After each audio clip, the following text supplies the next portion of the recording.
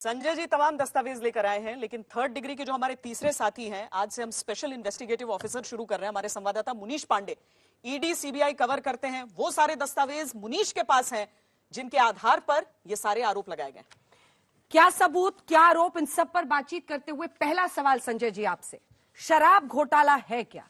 तो मैं आपके सामने कुछ नंबर्स रखती हूं, आम आदमी चाहे ताकि समझ सके। 1000 गुना का फायदा कारोबारी को हो रहा है। जो शराब बेचने वाला है उसे हर बोतल पर 10 गुना ज्यादा फायदा हो रहा है। मान लीजिए आरके ब्रांड की एक बोतल है 750 ml की। पुरानी नीति के मुताबिक उनको 33 रुपये 35 पैसे का फायदा होता था, लेकिन अब नई नीति पर 363 रुपए का फायदा होता है, जो कि 330 रुपए ज्यादा है। यानी प्रॉफिट ही प्रॉफिट, लगभग 1000 गुना का प्रॉफिट शराब कारोबारियों को, सेलर्स को हो रहा है। लेकिन सरकार का रेवेन्यू 99% नीचे गिर रहा है। ऐसी क्या आपका मोह है शराब बेचने वालों से? देखिए, मुझे कि आपने उनको फायदा ही फायदा कर दिया? मुझे नहीं मालूम कि ये सारी जानकारी या आंकड़े आपको कहां से मिले। जो शराब नीति मौजूदा है, मैं उसके बारे में कुछ चीजें बता दूं, क्योंकि कई तरह के भ्रम फैलाए जाते हैं। भारतीय जनता पार्टी के लोग ये कहते हैं, आरोप लगाते हैं कि दिल्ली में शराब पीने की उम्र 18 साल हो गई। आपने सुना होगा, आपके ही चैनल पे मैं आया था तो कह रहे थे कि 18 साल उम्र कर दी। दिल्ली में शराब पीने की उम्र 25 साल है। नोएडा में, जहां हम लोग बैठे हुए स्टूडियो में, इस इलाके में 21 साल है। गुड़गांव चले जाइए, जहां पे भारतीय जनता पार्टी का शासन है, वहां पे 21 साल है। दूसरा आरोप लगाते हैं कि 144 करोड़ रुपए इन्होंने माफ कर दिया। 144 करोड़ रुपए माफ करने की कहानी के पीछे सच क्या है, यह जानना आपके दर्शकों के लिए बहुत जरूरी है। वो घोटाला कहते हैं उसको, मैं कह रहा हूं, वो तो घोटाला कहते हैं कि 144 करोड़ का घोटाला हो गया। दिल्ली में एमसीडी ने 85 करोड़ रुपए टोल वालों का माफ किया।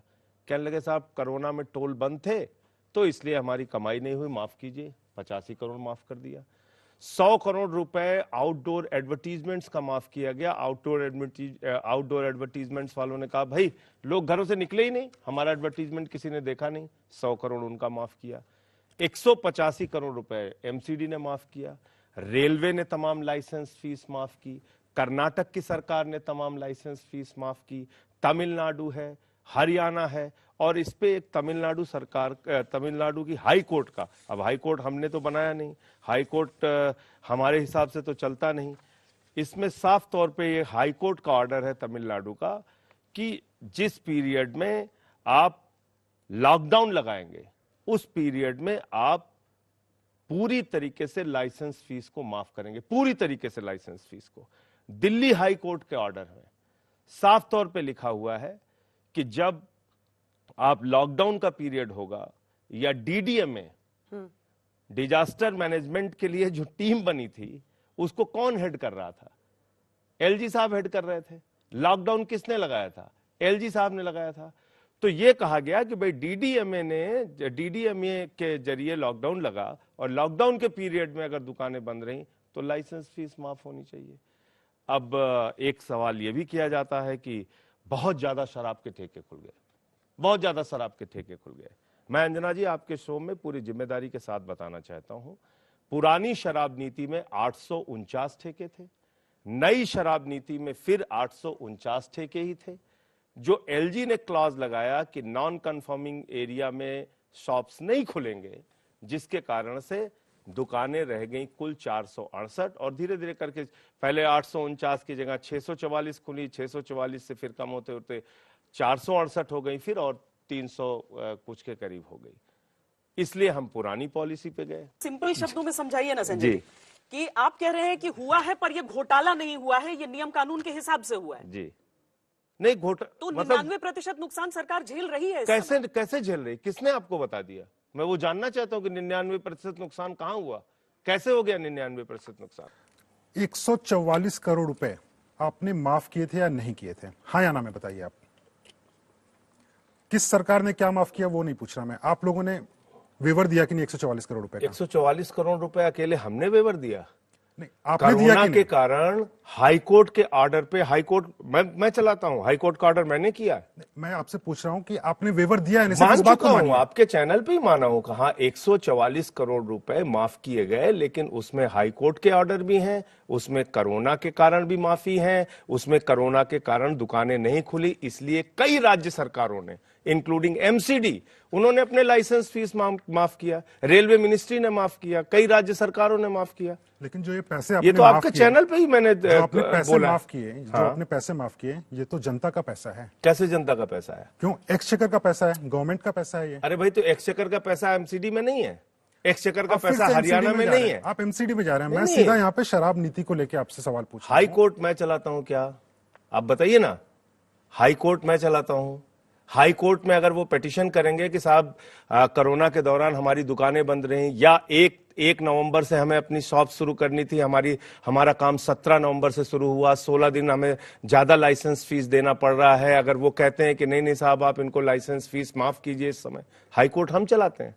तो हाईकोर्ट ने क्या आदेश दिया था कि 144 करोड़ माफ कर दीजिए? हाई कोर्ट का ऑर्डर है, आप देखिए, इसमें मैं लेके आया हूं हाई कोर्ट का ऑर्डर, ये देखिए आप। इसमें कहां पे लिखा है सर कि 144 करोड़ माफ अरे कर भाई, दीजिए? अमाउंट आप इसमें थोड़ी निकालेंगे, हाई कोर्ट का काम है क्या अमाउंट निकालना? हाई कोर्ट तो ये कहेगा ना कि जिस पीरियड में शॉप्स बंद रही उनकी आप फीस को माफी के बारे में कंसिडर कीजिए। 530 रुपए में जो एक शराब की बोतल आती थी, उसमें पहले एक्साइज ड्यूटी लेकर सरकार को मिलते थे 223 रुपए और 89 पैसे। लेकिन अब जो नई नीति है उसके बाद सरकार को 1 रुपए 88 पैसे मिल रहे हैं। ये जानकारी आपको किसने दी, अंजना जी? ये जानकारी अब मैं है बता सामने। रहा हूं, मैं भी जानकारी लेके ठीक है, आया। एक्साइज ड्यूटी में क्या कमी मैं हुई, दिखा रहा हूं। रेवेन्यू को क्या नुकसान हुआ, इस पर आपका डेटा। पुरानी नीति में जो लाइसेंस का डिस्ट्रीब्यूटर की जो फीस थी वो थी 10 लाख रुपए। नई नीति में जो डिस्ट्रीब्यूटर की फीस थी वो थी 5 करोड़ रुपए। कितने हजार गुना बढ़ा वो आप अंदाजा लगा लीजिए। पुरानी नीति में जो दुकानों के लिए फीस थी वो थी 8 लाख रुपए। शराब की एक बोतल पे आते हैं ना, एक्साइज ड्यूटी कितना कम अरे आप हुआ? सुन तो लीजिए, एक्साइज ड्यूटी पे। सुन लीजिए ना आप। उसके बाद नई नीति में दुकानों के आवंटन का प्रतिवर्ष का किराया हो गया 11.18 करोड़ रुपए। पुरानी नीति और नई नीति में फर्क क्या था कि वो नीति में हमको काउंट करना पड़ता था कितनी शराब बिकी, कितना क्या हुआ, उसके आधार पर सरकार को एक्साइज ड्यूटी मिलती थी। नई शराब नीति में हमने एक समय में इनसे लाइसेंस फीस के आधार पर इतना पैसा लिया और वो कैलकुलेटेड मनी हुई 9,500 करोड़ रुपए। यानी कि पुरानी जितनी शॉप्स थी 849, अगर उतनी ही शॉप्स इस नई नीति में खुल जाती तो दिल्ली सरकार को 9,500 करोड़ रुपए मिलता उससे।